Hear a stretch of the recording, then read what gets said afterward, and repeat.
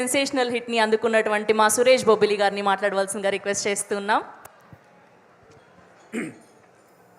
ముందుగా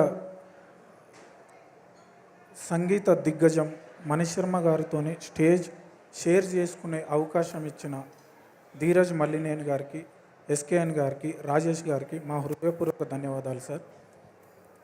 సార్, నేను మణి గారి పాట ఎట్లుంది, ఆయన ఇప్పుడు విన్న పాట ఎట్లుంది అవన్నీ నేను చెప్పే స్థాయి నాది కాదు. ఆయనతో నాకున్న అనుబంధం ఎలాంటిదో చిన్నది ఒకటి చెప్పుకుంటా అండి. సార్, నేను పుట్టినాక సంగీతం వినడం స్టార్ట్ చేసినాక మీ పాట నా చెవిలో ఏ రోజైతే పడ్డదో ఆ రోజు నుండి ఇప్పుడు ఈ పాట వినేంత వరకు మీ సంగీతానికి నేను కట్టు బానిస్తా సార్. సార్, నేను మీకు ఎంత అభిమానం అంటే సార్, ఎంత అభిమానించేదంటే మీ పాటల్ని, గుడంబ శంకర్ అనే సినిమాకి సార్ మహబూబాబాద్ అనే టౌన్ నుంచి వరంగల్కి 70 కిలోమీటర్స్ ఉంటుంది సార్. అప్పుడు స్ట్రైట్గా క్యాసెట్లు రాకపోయేది, డిస్ట్రిక్ట్కి వచ్చినాక టౌన్కి వచ్చేది.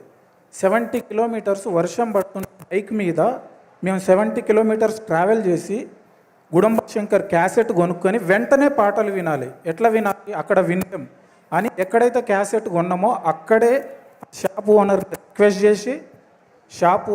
రిక్వెస్ట్ చేసి బతిలాడి అక్కడ పాటలు విని ఆ జోష్లో మళ్ళీ 70 కిలోమీటర్స్ వెళ్ళినాం సార్.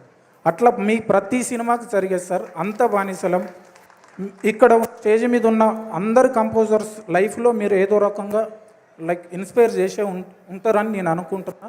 నాకైతే చాలా ఇన్స్పైర్ చేశారు సార్. థ్యాంక్ యూ, మీతో ఈ స్టేజ్ షేర్ చేసుకున్నందుకు. And thank you so much. Thank you అండి.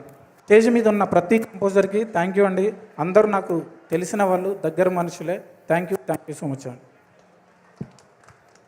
థ్యాంక్ యూ సురేష్ బొబ్బిలి గారు. Thank you so much.